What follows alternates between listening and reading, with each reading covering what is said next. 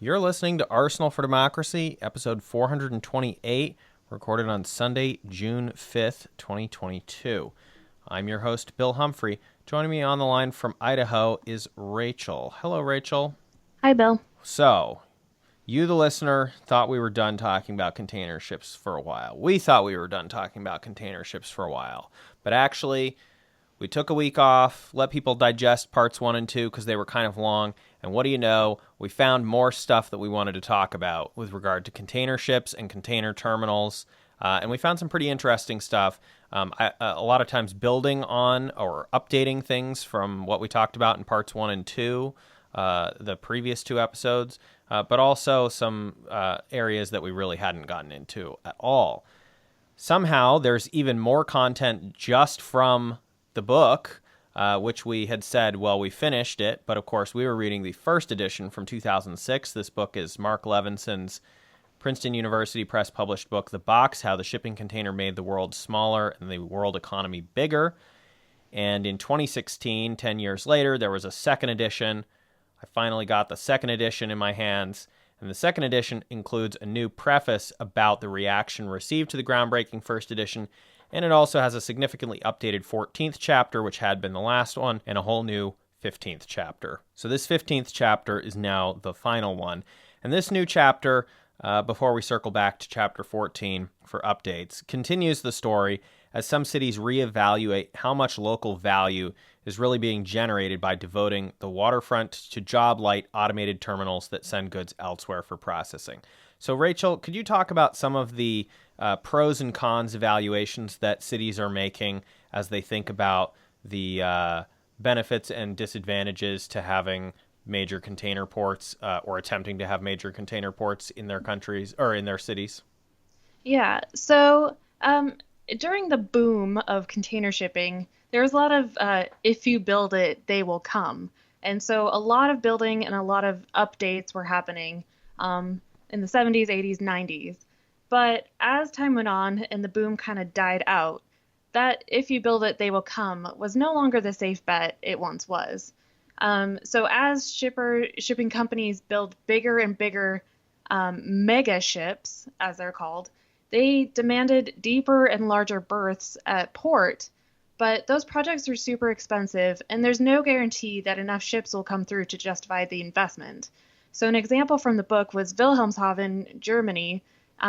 In 2012, they built a deep water port to handle ships that were too big for Hamburg or Bremen.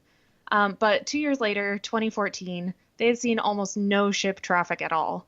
And quoting from a 2015 study, shipping lines generally do not consult with the other actors in the transport chain on their projects.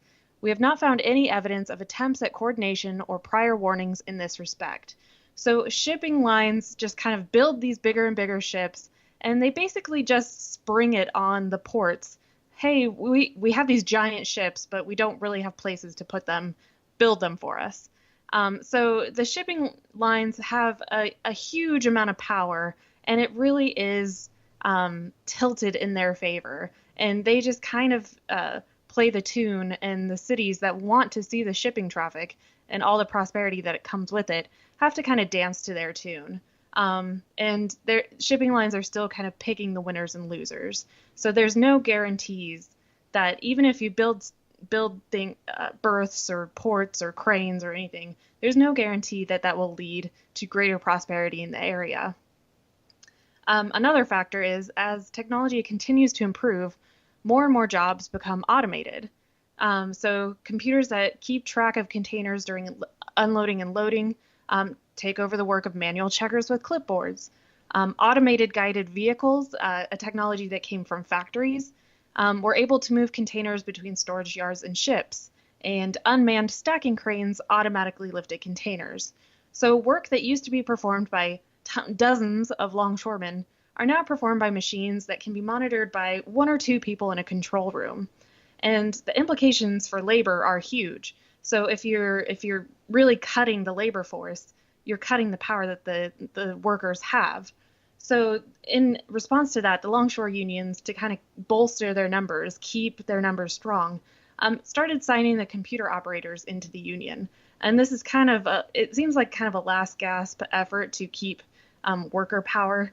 I don't think it's been very effective just because those shipping lines just have so much power and the workforce has been so greatly reduced that they've lost a lot of their power. In addition, containers that used to be processed at the docks were increasingly getting sent to distribution centers located far away, and thus more jobs leave the area in these port cities. And so locals started asking themselves why they're being forced to put up with congestion and diesel and noise pollution for no real local benefit to themselves. The money's leaving the city, is just kind of passing through and not stopping. So cities kind of had to decide how they were going to respond to that. So, for example, Antwerp in Belgium, their port authority decided that they would kind of control who gets the valuable waterfront land. And they're picking companies that can explain in detail how many workers they're going to employ and how much value those workers add to the local economy. And they drafted contracts that would actually levy a fine for companies that failed to meet their promises. And so facilities that involved manufacturing or processing goods arriving in containers fit the bill. And so Antwerp started bringing those companies into the area. So they kind of had to get creative and figure out how to keep jobs in the area, keep jobs from moving out, moving inland, and really just leaving the port cities holding the bill with no real benefit. And on all three of these points, one of the clear repeated themes here is this idea that the shipping lines just completely throw their weight around with, it's almost like, to them, it's almost totally frictionless, right? They'll just take their business to a different port if they don't like something. And for the most part, they can just do that. And so it just really erodes anybody else's bargaining power, whether it's the actual labor or whether it's a specific city that wants something better for their waterfront, or, whether a city does or doesn't want to handle a particular type or size of container ship. And that's been kind of one of the big stories that we talked about with part 2, which is just that, and we're going to get more into this later in this episode as well, is this idea that like containerization, by virtue of the distance no longer really mattering that much in terms of time and money, it gives them so much flexibility to pit everyone against everyone. That's the real like globalization, is not just that there is trade happening back and forth between countries, but that the way that it happens under containerization means that everyone is competing against everyone at all times, whether they're even aware of it or not, because these companies can just threaten to go somewhere else at any time. Exactly. And another thing that containerization brings, is globalization brings, is just these cheap goods getting shipped all across the world, just to keep things flowing, keep the economy moving. More and more things have to get shipped. And so one point that Levinson made in his book is that it really led to kind of a throwaway economy where goods get made and shipped all the way across the world, and then they just sit in warehouses and eventually get destroyed in the port itself, just because there's no demand and it's all just cheap goods. So the example he had for that is the Colón Free Trade Zone in Panama, which we'll talk about more about in a bit. In the 80s, they had hundreds of warehouses where cheap goods such as shoes or electronics were stored. And these goods were basically never ordered by wholesalers and retailers, so they were just made, but didn't really have anywhere to go. So they would just sit in these warehouses and eventually just get destroyed after months in the warehouse. So there was a demand for goods to be made and to be transported, but there was no end consumer, no end purchaser to actually demand the goods. And so it would just eventually get destroyed. So it's kind of interesting how containerization just demanded more and more stuff get moved, even if it didn't really have anywhere ultimately to go. Yeah, we talked about it a bit with fast fashion on various previous episodes, whether it was about containerization or about other things. And that's sort of the most visible one, because people are certainly familiar with that. But I don't know if we necessarily emphasized it or explicated it enough in part 2, but this idea that, and again, this is why you can say, as we did last episode, that this is a fundamental component of the third industrial revolution, not just electronics, the internet, email, things like that. Containerization is a distinct re-envisioning of the previous industrial revolutions because it changes the way that supply chains and corporate structures work and so forth, but it also changes the way that business practices are done in factories, are organized and set up and managed, right? You know, when we talk about first industrial revolution, we're talking about the move from like the putting out system and the cottage industries into those early factories. And then we talked about in the second industrial revolution, you're starting to consolidate. So one company owns a lot more factories and they own them over larger geographical areas. And then you start undoing that process as part of containerization in the third industrial revolution, where you all of a sudden are saying, no, actually, we're not, our objective is no longer to have consistent production levels because, you know, we can't just hire and fire people at will. And you say, yeah, that's the old school model. That's how things are done in the United States, or that's how things are done in Europe, where, you know, people have a sort of an expectation of stability and reasonable wage continuity and so forth. And you say, no, that's not efficient because we need to fill up a container with stuff, and we don't want to fill up more than, you know, the amount of containers that we want, because that's not cost effective. So we need to get exactly the right amount of stuff produced at exactly a specific timetable, and then we don't need more for a while. And that you know, you start seeing companies, major companies in the US or Japan or wherever, signing contracts with these, as we talked about, these outsourced companies, right, that say, oh, yeah, we can provide you with, you know, 10,000 widgets for your car that you need to make, and we'll provide it on this timetable, and then we're just going to shut down production. And that's a little harder to do when it's those type of components, but when it comes to something very disposable, like fast fashion or whatever, or, you know, think about it like this, right? If you have a company that is going to be selling shirts for the Super Bowl winner or whatever in the United States, right? That's a popular example that people are familiar with. And they say, okay, we're going to order X number of shirts that have this team winning it, and X number of shirts that have this team winning it. And we're going to order and make, or our suppliers rather, our outsourced suppliers abroad will make, you know, shirts for both of those teams, and then obviously a bunch of them will get thrown away. Again, people are pretty familiar with that example. But think then one step beyond that, which is, okay, and you've placed an order with some third-party company abroad to make these shirts, but then what happens, right? Are they then also making shirts for something else? There's not another Super Bowl for another year. So what is it that they're doing? Are they just constantly ramping up and tamping down on production? Are they constantly having to pivot to a new thing, right? In the second industrial revolution, the idea is you want to make as few changes as possible. Even if you're a car company, yeah, you're going to make some tweaks to the design, especially cosmetically, from year to year to have a different model. But for the most part, you want to, at least for that year, be producing the same thing for the whole year. And you maybe want to be producing fundamentally, basically the same car for 3 years. And that way there's not constant upheaval and change. But this new model says, well, we don't care about that anymore. Those factories aren't based in the United States. They're based somewhere else.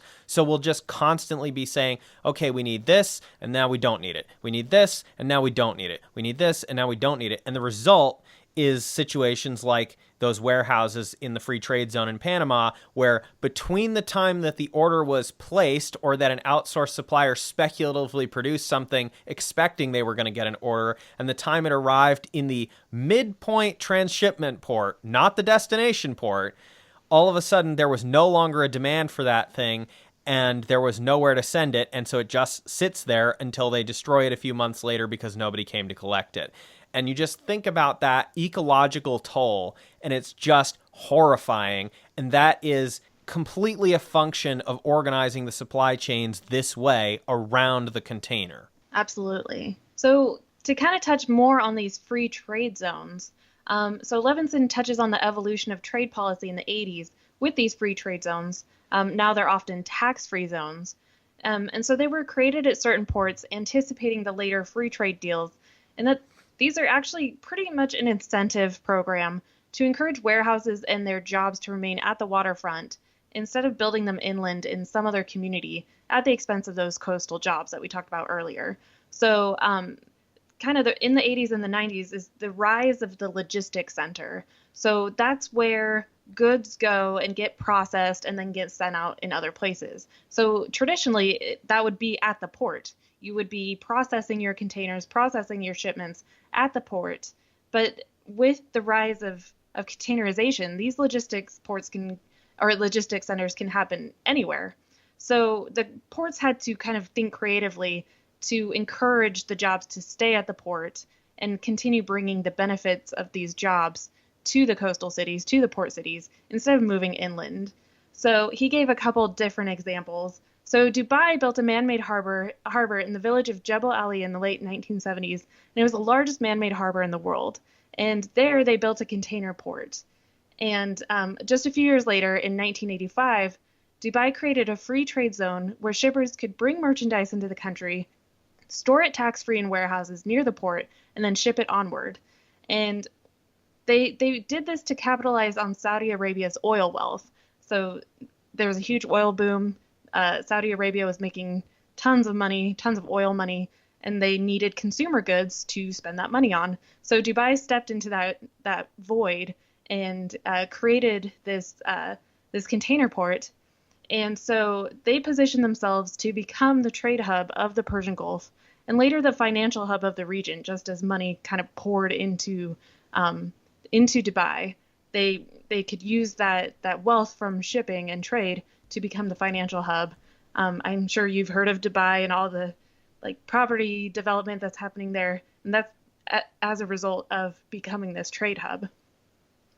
Another example, not from the book, but something that we talked about, was China, starting in the late 1970s with expansions in the 1980s and the 1990s, created special economic zones along the coast. So these zones are granted more free market economic policies compared to the planned economy throughout the rest of the country. And these zones are able to offer attractive business deals to foreign and domestic firms, such as tax incentives and reduced regulations. And so these zones have allowed China to become an export powerhouse by building up their business along the coast. And China actually has many of the world's largest container ports, handling millions of containers annually. And many of those ports are located in these special economic zones. So their focus is on building business in these coastal cities that do benefit the rest of the country, but they are of special benefit in these zones because they're keeping the jobs on the coast. So that's a way that they're kind of controlling the economy, controlling where the money and the jobs go. So those are some of the strategies that these port cities have undertaken to make sure they keep money and business in their ports. And although it was seen as this significant departure in economic policy, you and I were talking before we recorded about how these special economic zones in China in the 1980s have some definite sort of antecedents in Chinese history, and it's an interesting way of kind of structuring this trade economy specifically, because, again, these zones aren't really about the internal trade in China. They're not about internal production. It's oriented explicitly toward the rest of the world. It's about getting that money flowing in through these ports, even, with these special rules and various tax and tariff exemptions and so forth. They're still overall bringing in that hard currency and purchases into China through these ports, and then that is flowing into the rest of the country, but kind of siloing these off from the rest of the country and potentially containing sort of the negative consequences and externalities a bit of these. Things that also spring to mind were some of those Western treaty ports, in the 19th century, but also even before then, there were lots of rules about closed ports and so forth, or semi-closed ports, where the trade with Western countries had to happen in those ports, and they were buying Chinese products, sending Western money into China, but the traders were not going deeper into the interior of China. And so I think there are definitely some antecedents there, but it's an interesting way of structuring it, and one that, again, the container system seems to help facilitate because it has some specific unique demands, but then also if you want to, you can pass certain incentive policies that cluster a bunch of things around them, as opposed to having those be totally disjointed. Exactly. Absolutely. So in that way, we see China regaining its status rather than becoming this new rising economic power. You can see it as a kind of a clear through line to regaining its status as the premier sort of industrial or at least production focused country and trade power in the world. Obviously, as we've been talking about, the new sections of the book are mostly not U.S. related, but there were 2 points that he mentioned overseas that I think stood out to us for their U.S. connections.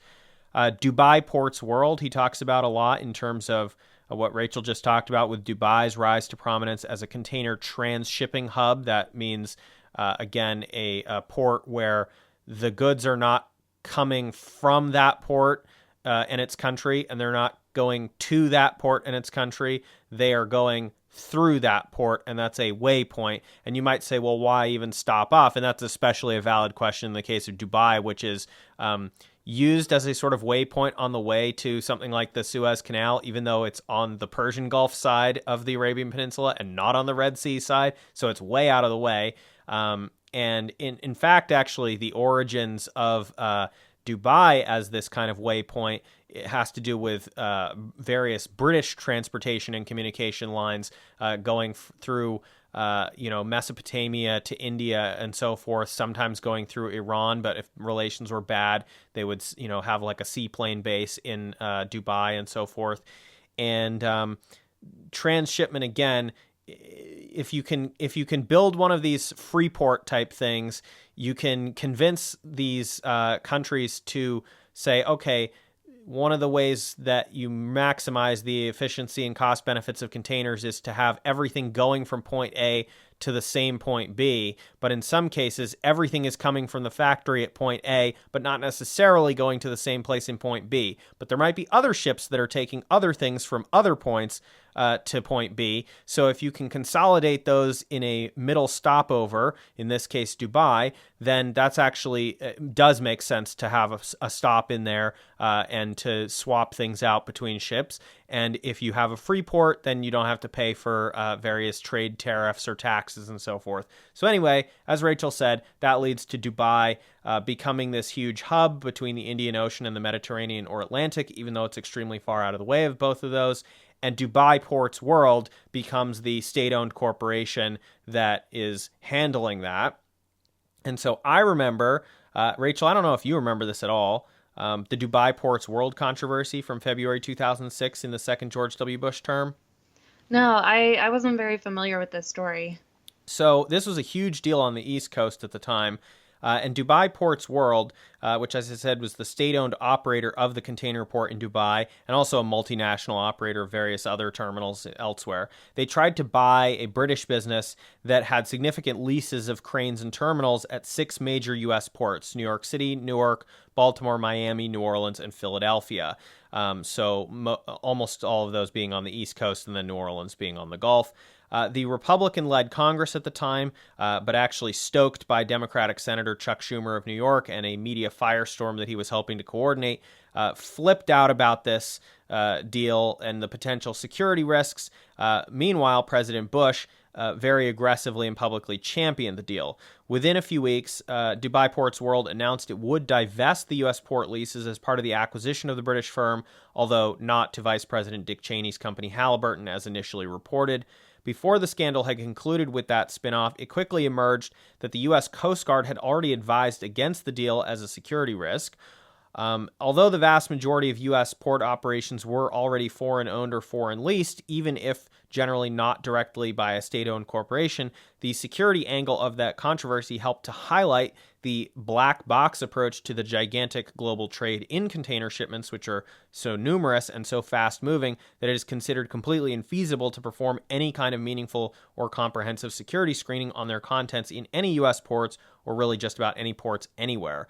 However, I do think it's a pretty valid question as to why this concern was substantially different with UAE state ownership versus any other ownership, foreign or domestic.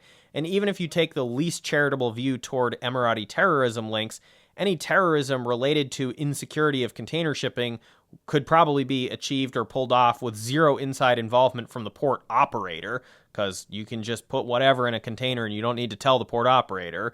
You can just lie. There's no one to stop you. And another thing that happened during this controversy was that it almost immediately came out that Bill Clinton had been a consultant to the Emiratis in exchange for presidential library donations and Hurricane Katrina relief funding and stuff like that. And he had been consulting with them on this potential deal and its regulatory problems before this came to public knowledge. And his wife, who of course was then New York Senator Hillary Clinton, vocally opposed the deal, and she had to then claim that she didn't know about his consulting with the Emiratis. Politically, the clash between the Republican Congress and the Bush administration seemed at the time to be another significant demonstration that his second term was in free fall and spinning out of control in the post-Social Security debacle and post-Katrina disaster period before the 2006 midterms that the Democrats eventually won. Rachel, I don't know if you had any thoughts on that, because that's basically all new information to you, but it was something that sprang to my mind immediately as I was reading this chapter.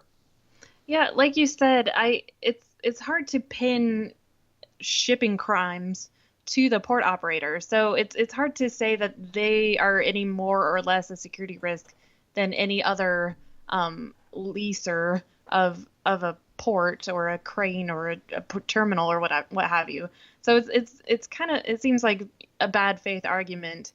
But I remember also this time was a very jingoistic, kind of very xenophobic time. So I guess it's not super surprising given what was happening around that time.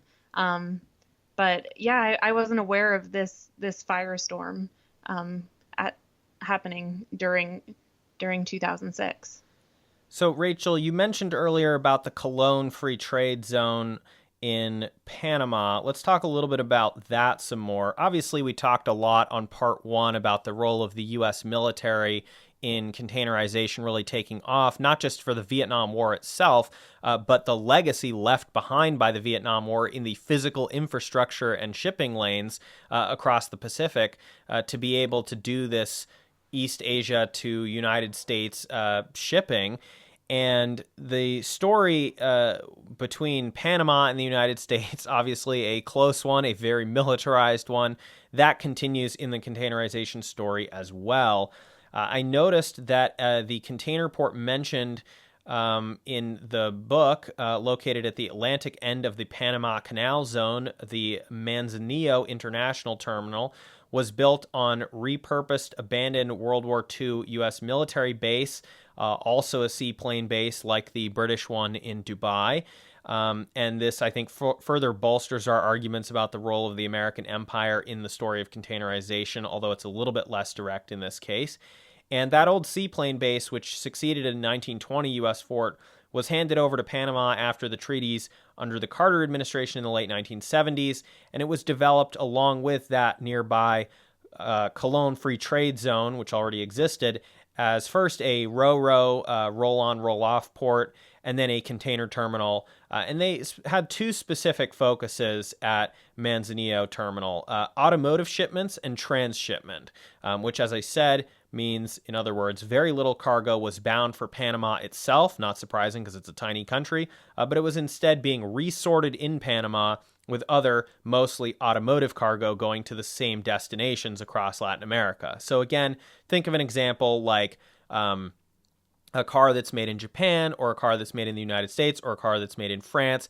Those are all coming from one location, but they're not all going to the same country or the same port within a country. So if you send them to an intermediate point like Panama, throw them on the container terminal crane, zip, zip, zip, you've now resorted that all of the different companies' cars that are going to the same destination onto a single ship, and then you've created some more efficiencies there. So the Cologne Free Trade Zone, according to recent U.S. government data, is the largest free port in the Americas and the second largest in the world. I believe Hong Kong is still larger.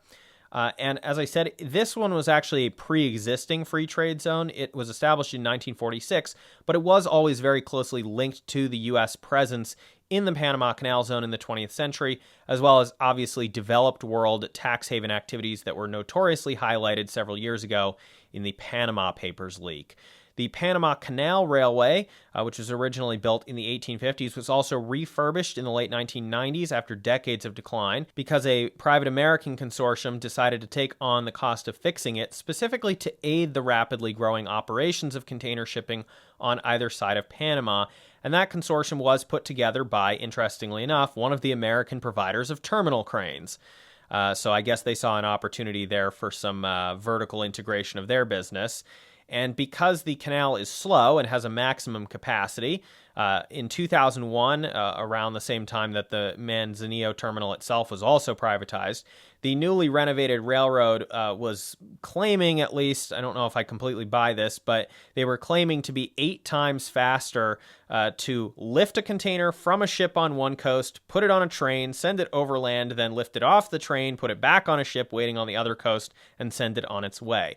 Now, of course, I could see that if you factor in that transshipment issue of needing to reorganize between two ships anyway, then maybe it makes sense to just say, let's throw it on a train and add that extra step. It's going to save some time going through the canal. We're going to need to switch ships anyway. Why not do it that way?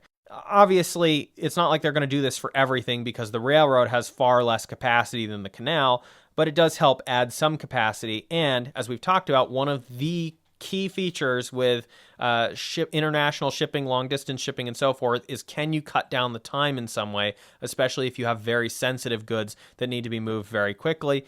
And so in this case, even if you don't have that much capacity, maybe you can squeeze through some vital speed on certain shipments by putting them on the railroad. And of course, that again, also a legacy of the U.S. Involvement in the Panama Canal Zone, although the railroad in this case predates the actual canal and was a project of other capitalists and foreign governments. So we've talked now about the new content in the 2016 edition of the book, The Box by Mark Levinson. As we said, great book, the definitive work. Definitely read this if you're interested. We've really kind of only scratched the surface on a lot of it.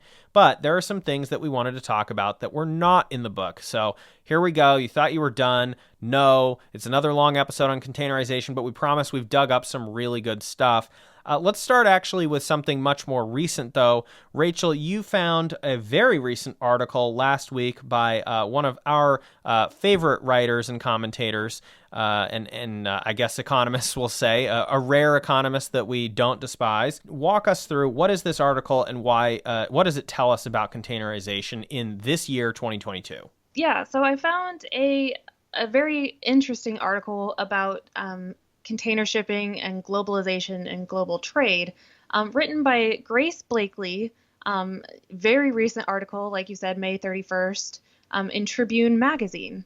And Grace is a young British Marxist economist whose writing and thinking we've discussed before on the show, for her interesting insights on capitalism under the Third Industrial Revolution. So she's a very, very good author, a good economist. And she wrote this very, very timely article. So it just kind of, once I saw it, my mind just like sparked and it was very exciting. So she actually is writing about kind of the death knell of globalization and the death knell of containerization and how the death throes are basically impacting us all. I'm sure it's no surprise that the cost of goods is going up, and a lot of this is just because of the shocks to the system of containerization, of global shipping.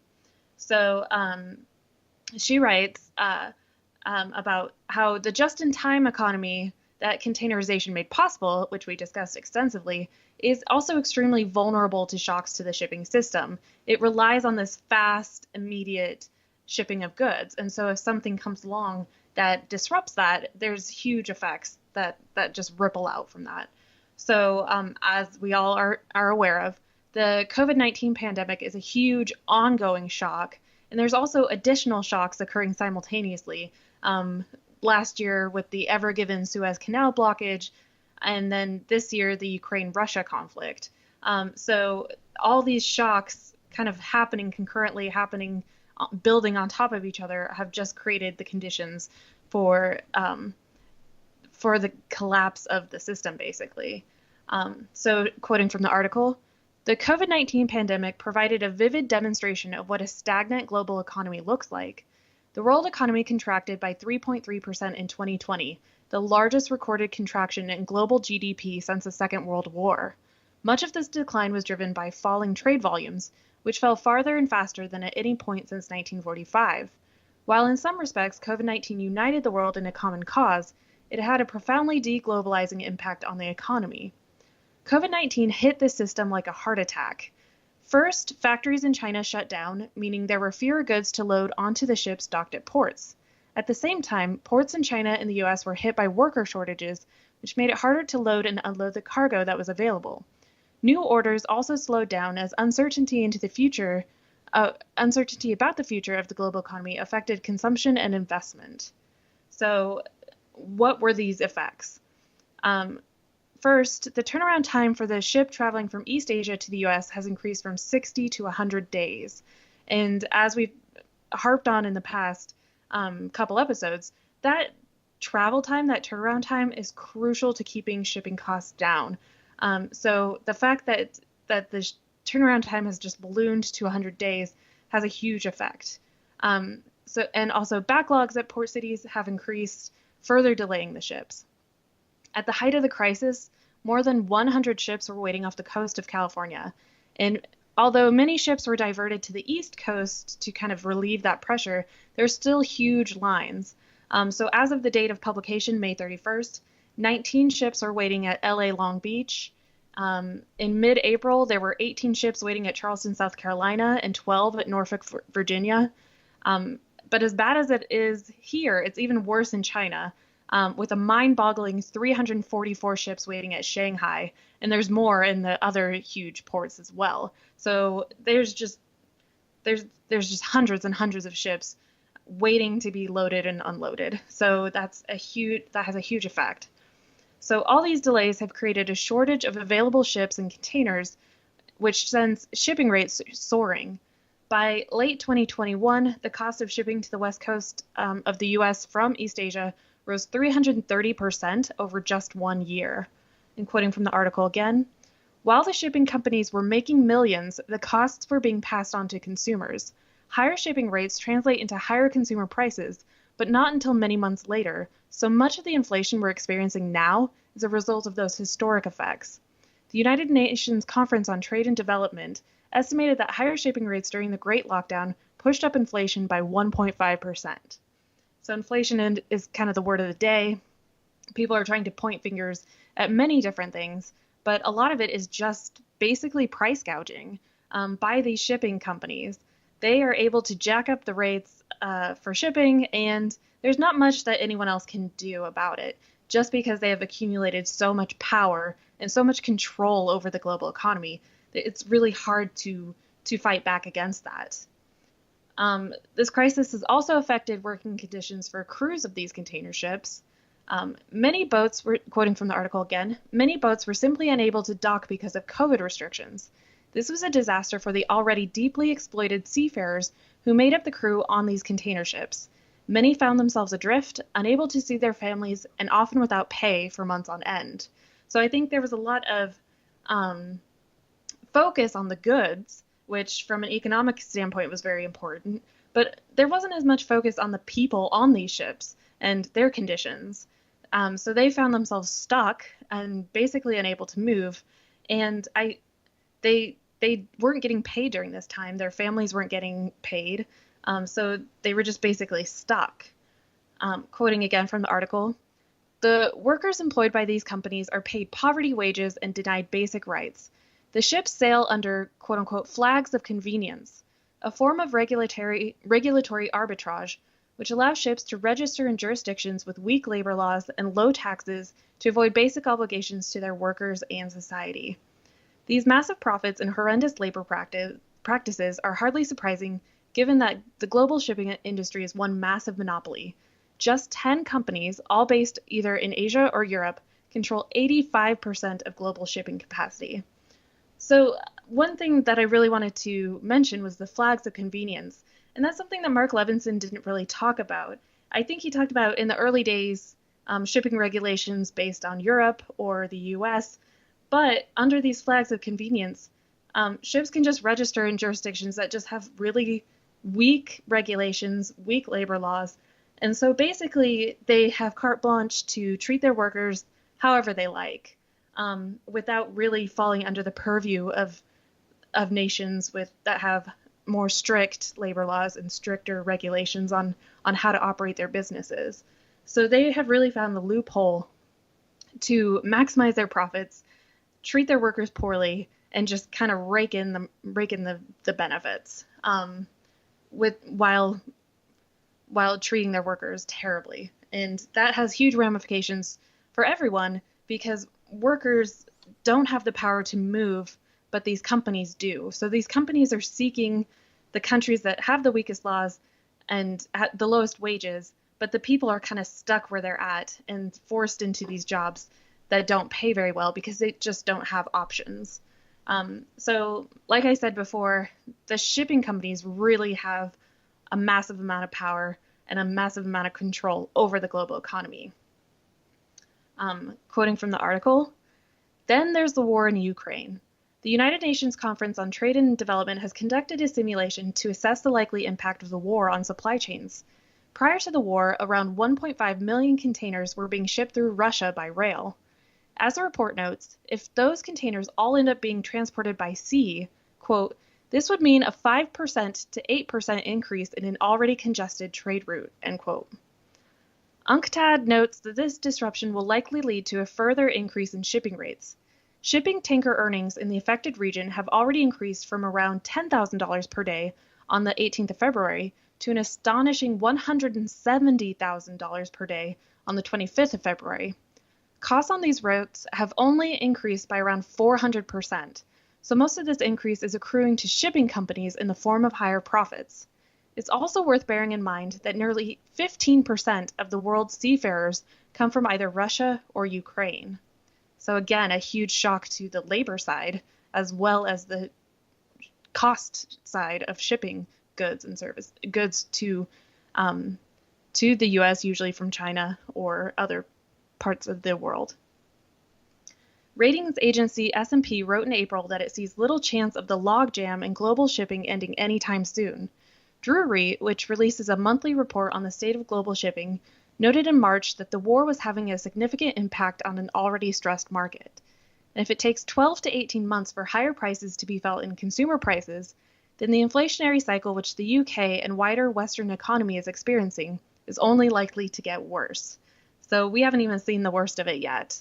We are just seeing the effects from the beginning of the pandemic, and the tidal wave is coming and it's just getting bigger and bigger and bigger. And so as we start to see the effects from these other shocks, from the Ukraine-Russia shock, it's just going to get worse. So I think we're definitely going to see a change to the system, but it's hard to predict what that is going to look like and how we're going to be affected, in the form of higher costs to consumer goods, a restricted market. It's just hard to see what the ultimate benefit or ultimate effects are going to be and how bad it's going to be. But it sounds like it's going to be pretty darn bad.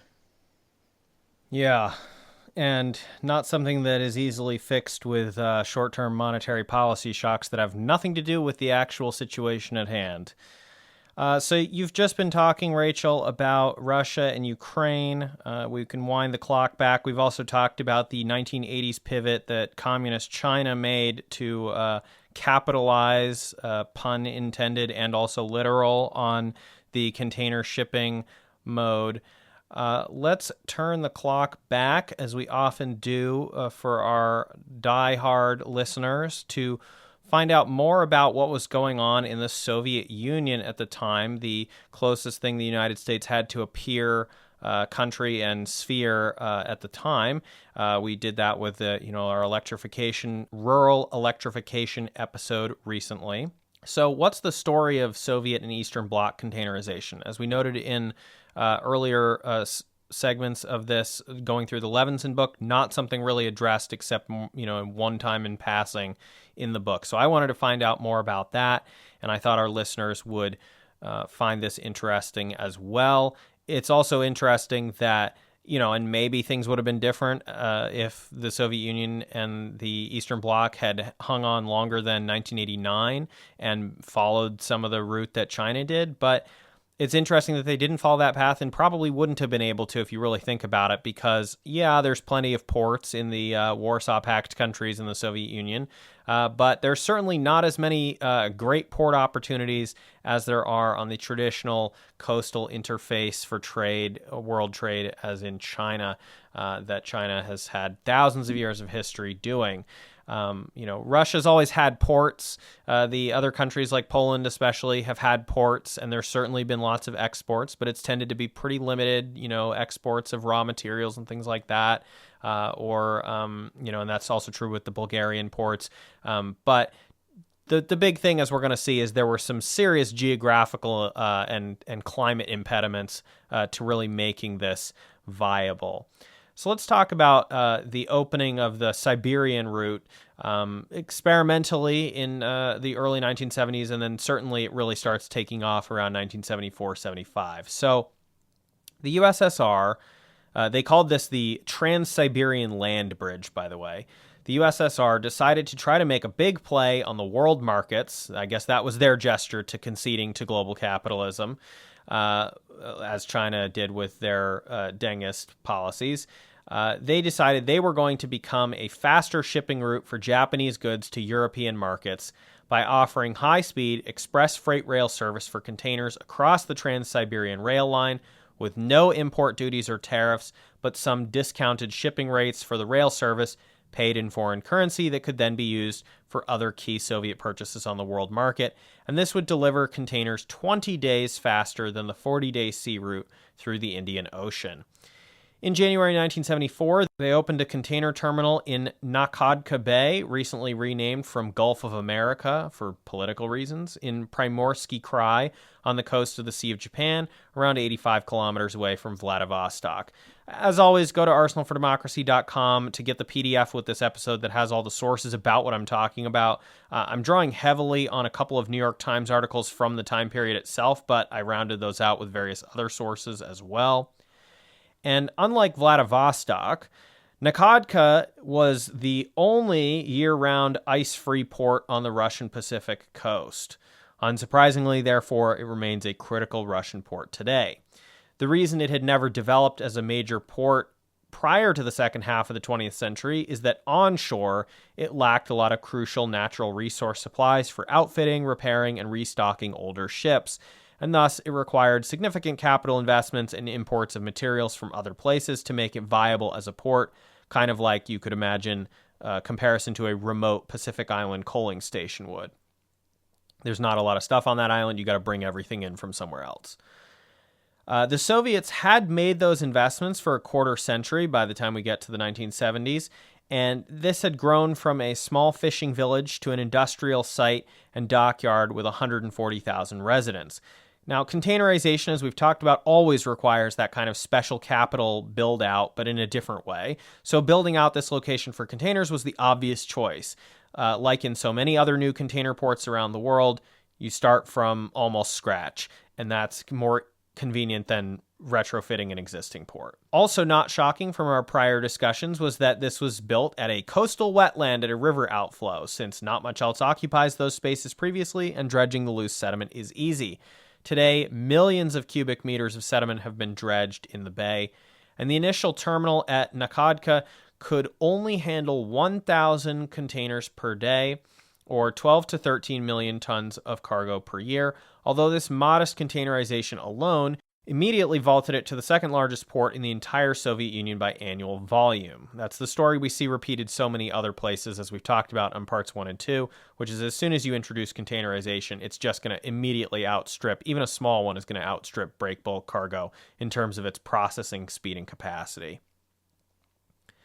However, that facility was not a deep water port yet. And a bunch of Japanese companies with access to cheap Japanese financing and quality Japanese equipment had begun planning to deal with the latter problem for the Soviets since 1970. They dredged and built a new deep-water terminal over the course of 74 and 75 across the bay from the newly opened smaller terminal. Their objective was to have a deep-water port, named Vostochny to distinguish it from the titular Nakhodka facility, able to process 30 million tons of freight annually. They started opening it piece by piece in the mid-1970s, but they weren't expecting the entire complex to be completed until the 1990s, even before delays kept hitting. The Soviet government had to build factories just to churn out prefabricated components for housing apartments for the Soviet workers dredging and building the new terminal facilities across the bay, and they had to offer above-standard wages to incentivize workers to move there for the project. At the same time, the Soviets also built non-container commodity export facilities for raw materials from the Russian Far East, including coking coal to Japan as part of the construction deal. That ended up not being very successful, and these would all be shipped out via the same bay as well. Interestingly, Americans were brought in to work on setting up certain nearby industrial facilities and American computers to run the loading and unloading process. The Times pointed out that this wouldn't have been permitted in Vladivostok for security reasons due to the Soviet naval base there, and this gave Nakhodka another new advantage as relations otherwise warmed a bit under détente.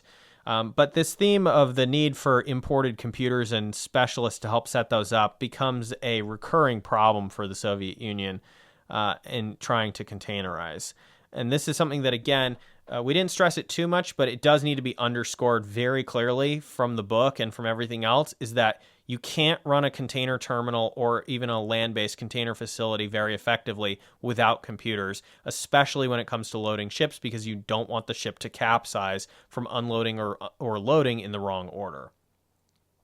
The city of Nakhodka also established relations with the city of Oakland, a major container terminal, in April 1974 as well to bolster the potential flow of traffic in both directions from these two rising container port cities. The Soviets did also hope to promote a polar shipping route with icebreakers to container traffic, but there wasn't much enthusiasm for that idea, apparently. That's mentioned in the first Times article from 1974. And the Times articles don't really get into the obvious point that container terminals needed to be built on the other side of the Soviet Union as well in order to match all this new capacity on the Pacific side in order for pass-through traffic to become a big thing. These construction projects might not have been as interesting or noteworthy as the new facilities on the Pacific side, however, because there were already more traditional cargo capacity facilities there, but they did have to make those conversions. The next article that I'm going to talk about does eventually mention some specific details on those Western ports, but they aren't really what we're going to be focusing on because we want to talk about the big picture here. So now I'm going to turn to a July 1984 Geographical Review article on Soviet containerization 10 years later. This is titled Containerization of the Trans-Siberian Land Bridge by Victor L. Mote in Geographical Review, Volume 74, Number 3 from July 1984. So these Pacific container port terminal facilities built in the early mid-1970s to link Japanese exports to European markets quickly came to be used by exporters in South Korea, Hong Kong, Singapore, Thailand, and to a lesser extent Australia and New Zealand. A narrow majority of these imports were still coming from Japan alone in 1981. Again, these were pass-through imports. They weren't really going to places in the Soviet Union. The Soviet government or Communist Party leadership, however you want to frame it, had a totally different perspective on containerization from the very beginning in the 1950s compared to, say, the United States or Western Europe. They did not have to listen to labor union objections because they could freely pick and choose any dockside and as a result of that, they could freely pick and choose any dockside innovations in cargo transportation practices without all the weird and superfluous rules and agreements facing the Americans and other Westerners, like, make work jobs around loading and unloading things unnecessarily multiple times, or opening a pallet and then putting it in a new pallet and so forth. They just didn't need to bother with any of that from the way their system was set up. But also, they had different conditions, right? They were uninterested in protecting jobs in specific occupations, not because they didn't care about making people unemployed, but because actually they had a shortage of labor in total, and they wanted to free up as much manpower as possible through capital investments in mechanization and automation, and they wanted to redirect those workers into other jobs. Containers and pallets, according to calculations of Soviet planners, could allow them to shift more than 1,000 workers per million tons of cargo shipped in either of those new methods into other tasks.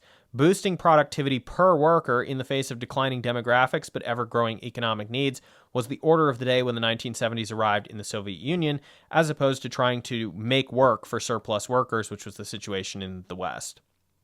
Soviet planners were well aware that transportation work and warehouse work at the start of the 1970s was still incredibly reliant on underproductive, labor-intensive manual labor and desperately needed to be mechanized.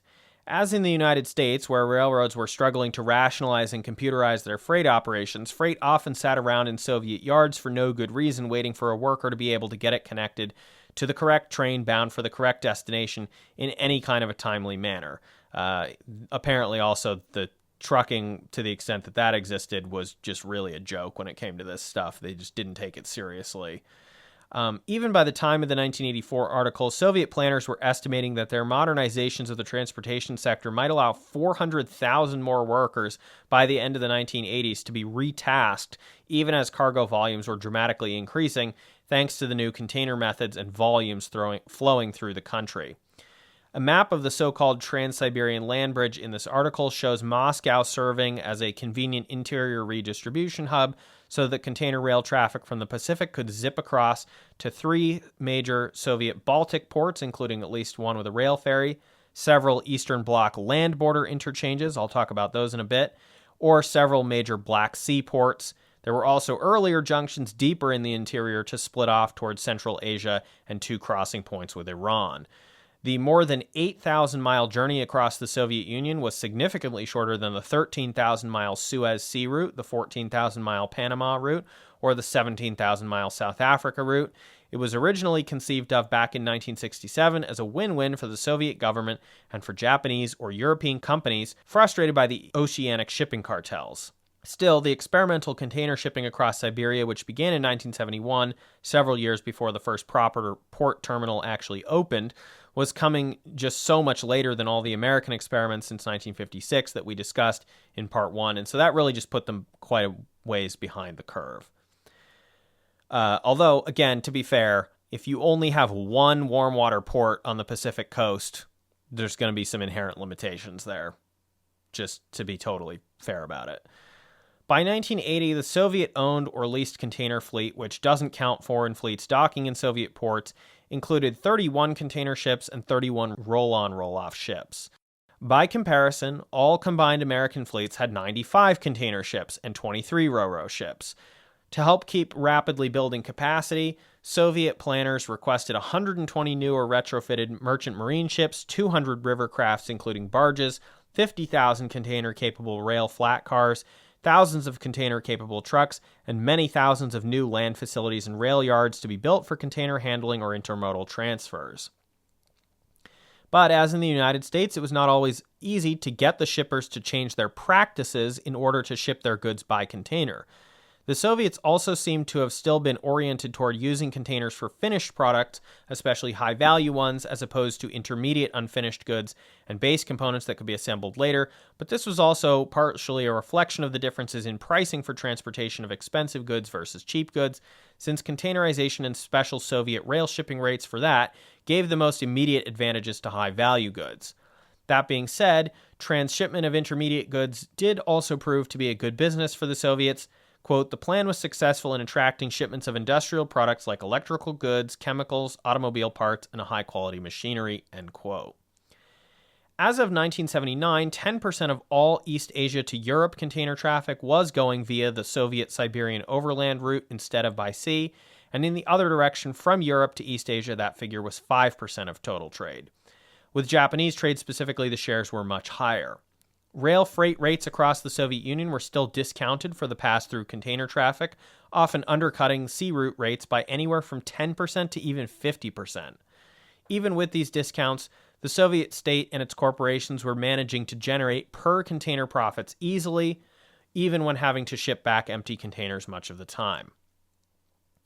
In one especially early warning sign for the vulnerability of what was going to evolve into the just-in-time shipping model, internal problems in Iran in the early 1980s created such a massive backup of containers at border crossings that the entire rail network across the USSR backed up, and the Pacific container ports suddenly couldn't offload boxes at the expected speed, and projected transshipment travel times between Japan and Europe suddenly jumped from 2 weeks to 3 months disastrously. The other really important thing to consider here is that the Soviet planners had become sort of fixated on the idea of express transshipment container service across the USSR, sometimes at the expense of focusing on strengthening container service between and in or out of Soviet cities.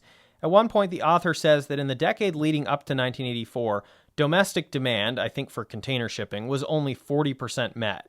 The fairly extreme centralization of long-distance transportation infrastructure build-out in the Soviet Union, which was more a function of disinterested Russian imperial policies and then stretched Soviet capital resources compared to the excessive American overbuilding of redundant rail and highway infrastructure, meant that the Soviet Union arrived at the container era with very constricted arterial capacity across its hinterlands and its heartlands, and was probably going to need a lot more rail trackage to effectively serve significant new volumes of traffic. I think this calls to mind the point from Levinson's book that most planners and economists everywhere kept thinking of it initially as a process and technological innovation at the margins, as opposed to the thing that was going to vastly increase total volumes of commerce.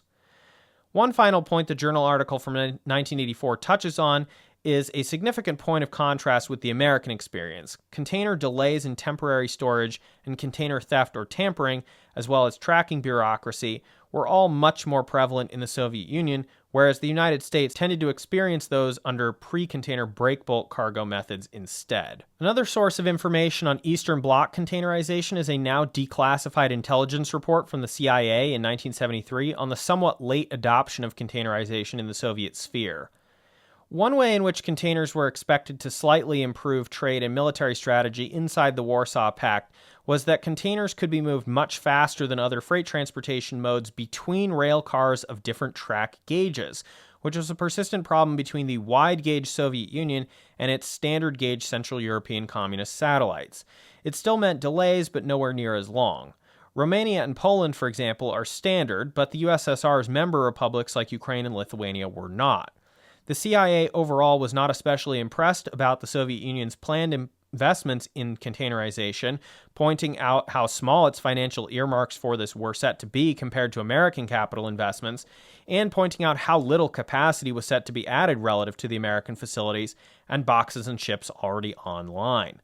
The lack of a domestic highway system comparable to the American highway system in the USSR, or Poland for that matter, limited the true potential explosion of container traffic within the interior as opposed to along rail arteries across from one end to the other, and navigable rivers were often icebound for at least some of the year, if not much of the year.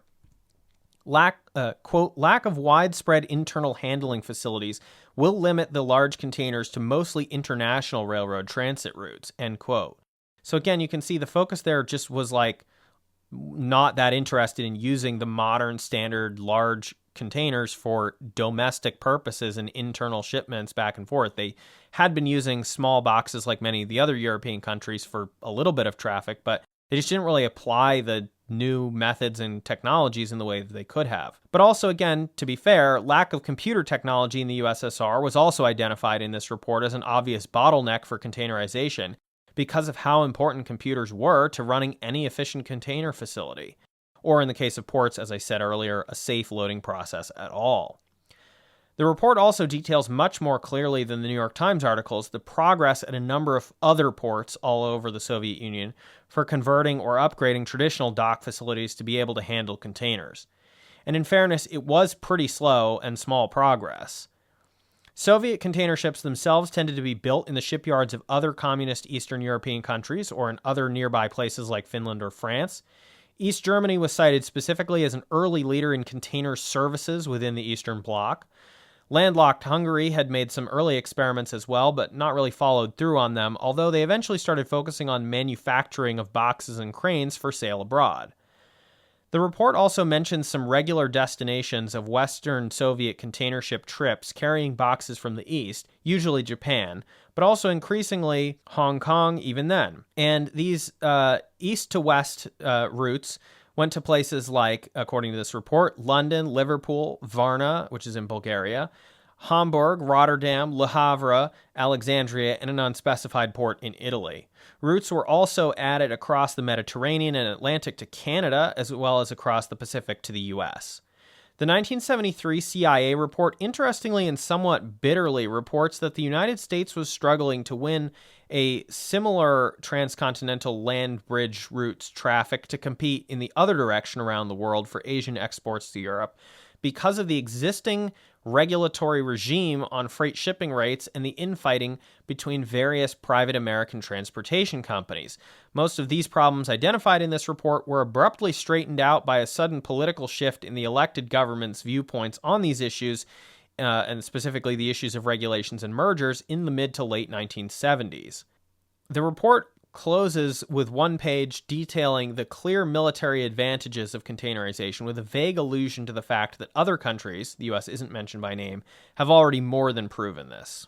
So, Rachel, there's a lot of material there that I've gone through, but I was wondering if any of that jumped out at you as something that was particularly noteworthy or important to think about. Well, yeah, one thing that jumped out at me is how the internal problems in Iran really created a backlog in the USSR that really is echoed today by the Ukraine-Russia conflict, and how just absolutely essential the Russia rail system is to kind of this transshipment chain, and how much of an issue it is that the rail system isn't being used right now, and the mad scramble to get those containers on ships is going to create even more of a backlog, adding on to an already existing one. So I think we've seen these like smaller micro disruptions before, and I think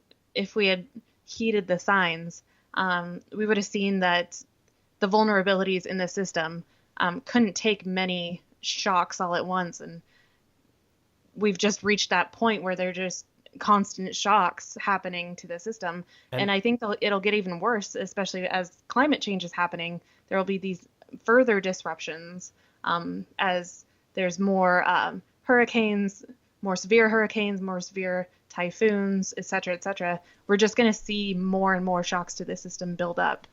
Yeah, so getting to some of those examples you were talking about with the containers and things backing up as a result of this current war, these former Soviet ports in Ukraine are being blockaded and shelled by the Russians, so you don't have the traffic going out of those, some of the world's largest ports, especially not necessarily for container traffic, but for grain shipment and other sort of food resources, natural materials, and so forth. Some of that, as you and I were talking about before the show, does go on containers, but not all of it. And that's being all rerouted to these border crossings, these rail interchange border crossings with Romania and Poland and Czechoslovakia and so forth, and all these places that are mentioned in these reports on the interface between the Soviet Union and its ostensible allies and economic partners in the rest of the Warsaw Pact Eastern Bloc countries.